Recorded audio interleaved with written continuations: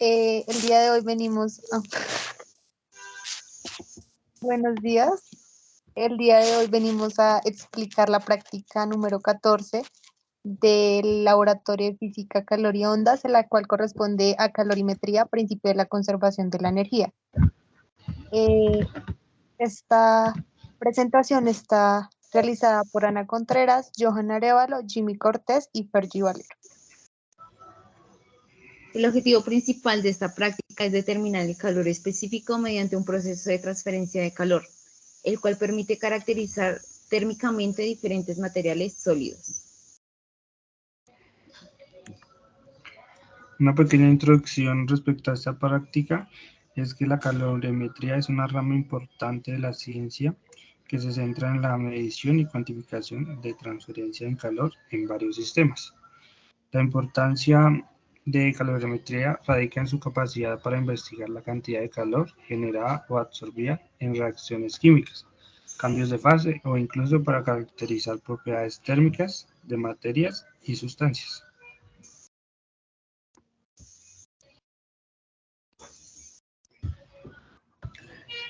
Para entender mejor este fenómeno debemos tener en cuenta algunos conceptos claves como son la calorimetría, la cual es el estudio del intercambio de calor en diferentes procesos mediante un instrumento denominado calorímetro que mide el cambio de energía en un sistema al operar un proceso, que puede ser físico, químico o biológico.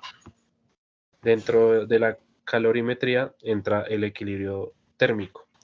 Se llama equilibrio térmico al estado en que dos cuerpos en contacto o separados por una superficie conductora igualan sus temperaturas inicialmente dispares o dispersas, debido a la transferencia de calor de uno hacia el otro.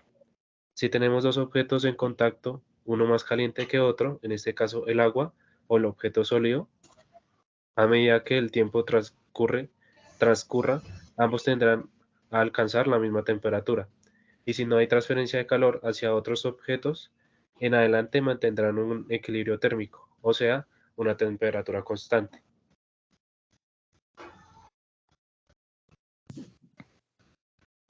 Otro concepto que debemos tener en cuenta es el calor, el cual asimila a la energía total del movimiento molecular en una sustancia, mientras que la temperatura es la medida de la energía molecular media.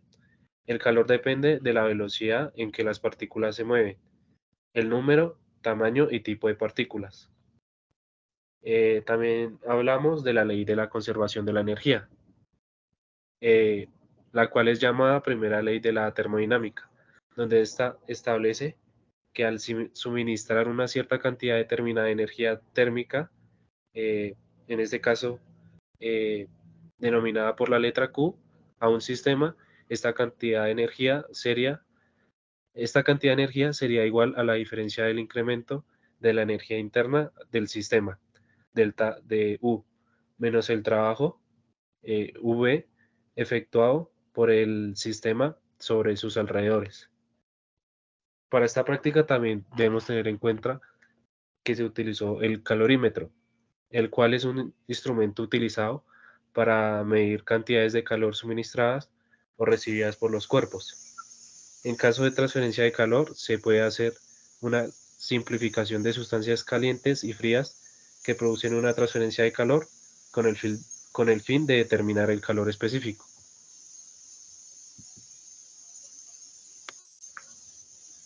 Como para calcular el calor específico de un objeto, en esta práctica vamos a utilizar la siguiente ecuación, la cual está dada por tres variables, que es la masa y el calor específico del agua, la temperatura del sistema, la diferencia de temperatura y la masa del recipiente. Por lo tanto, el calor específico es la multiplicación de la masa del agua por el calor específico del agua. Esto por la diferencia de temperatura, que es la temperatura final, que es la temperatura que alcanza el sistema, menos la temperatura inicial del agua, que sería la temperatura del agua cuando alcanza su punto de ebullición.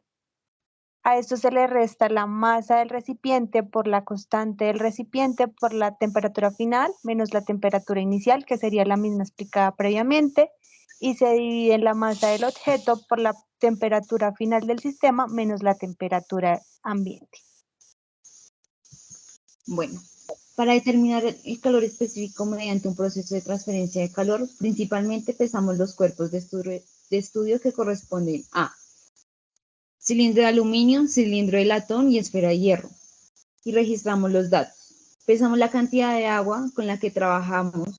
Esta la pusimos a calentar con la ayuda de una estufa hasta llegar al punto de ebullición. Traspasamos esta agua al calorímetro, donde realizamos movimientos con la ayuda de la varilla que tiene este y dejamos reposar durante 1 minuto. Luego registramos la temperatura, la cual corresponde a la temperatura del agua. Posteriormente introducimos el cuerpo de estudio con la ayuda de un alambre. Cerramos este sistema y lo dejamos reposar durante 5 minutos.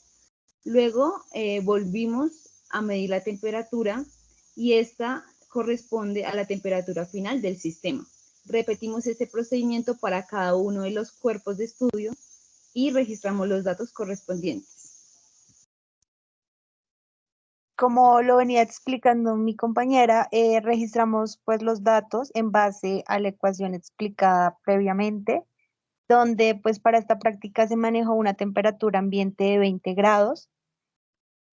Para el cilindro de aluminio se encontró una temperatura inicial de 80 grados.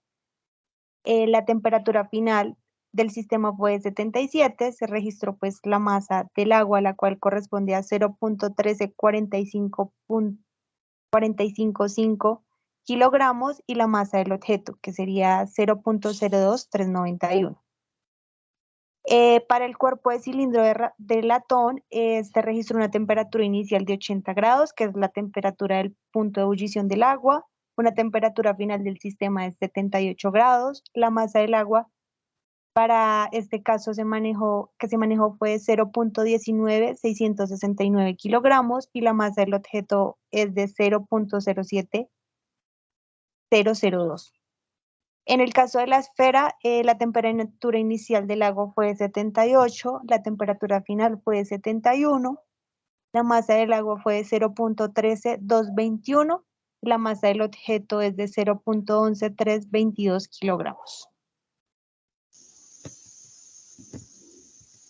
Bueno, teniendo presente los resultados obtenidos anteriormente, utilizamos la ecuación que se mencionó en el marco teórico y determinamos que el calor específico práctico para el cuerpo de aluminio corresponde a 1316, para el cilindro de latón a 427 y para la esfera de hierro que fue de 724. Igualmente, investigamos en la literatura el calor específico teórico de cada uno de los cuerpos, que corresponden a el cilindro de aluminio a 900, el cilindro de latón a 380 y la esfera de hierro a 450.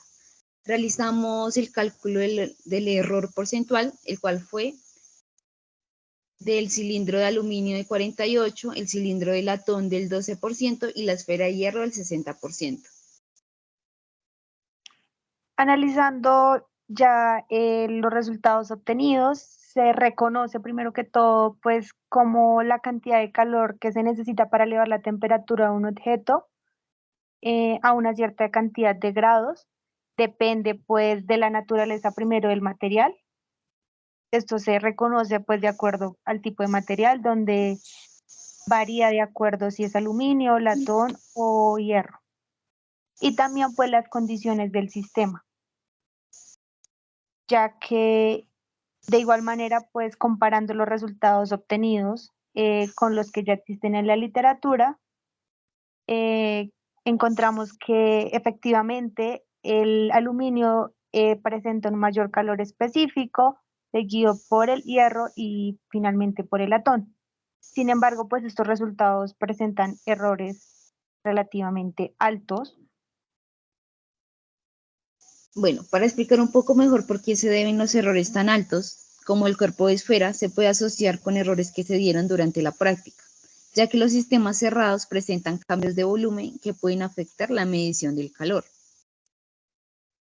De igual manera, pues ya de manera práctica reconocemos que hubo un mal manejo en el calorímetro debido a que teníamos que estarlo abriendo, el tiempo en que tardábamos a lo mejor en agregar el agua al calorímetro hizo que perdiera calor y también la masa de agua varió para cada objeto, entonces esto puede que hubiera afectado los resultados obtenidos y se encuentre tanta diferencia entre el calor específico práctico y el calor específico teórico.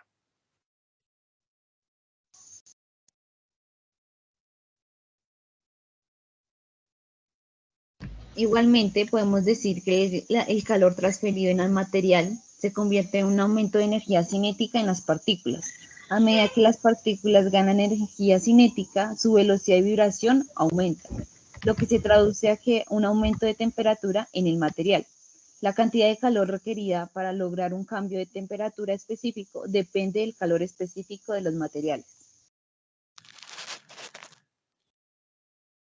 Con este análisis, pues se puede efectivamente comprobar y así pudimos reconocer el calor específico para cada uno de los objetos.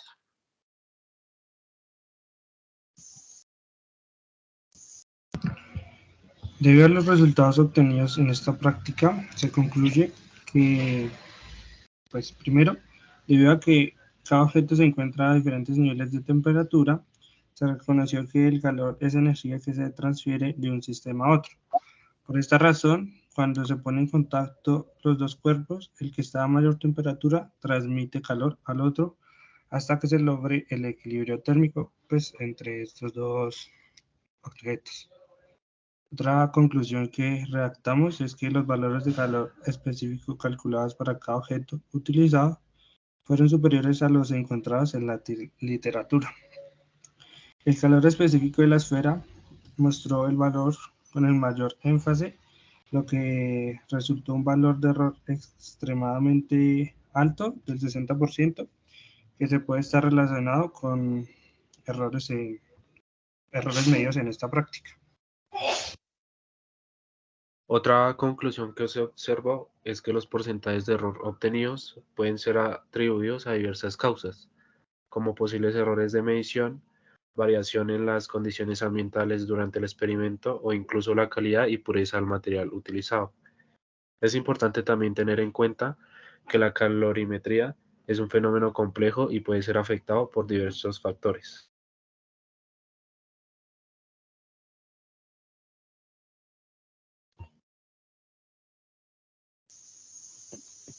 Muchas gracias por la atención.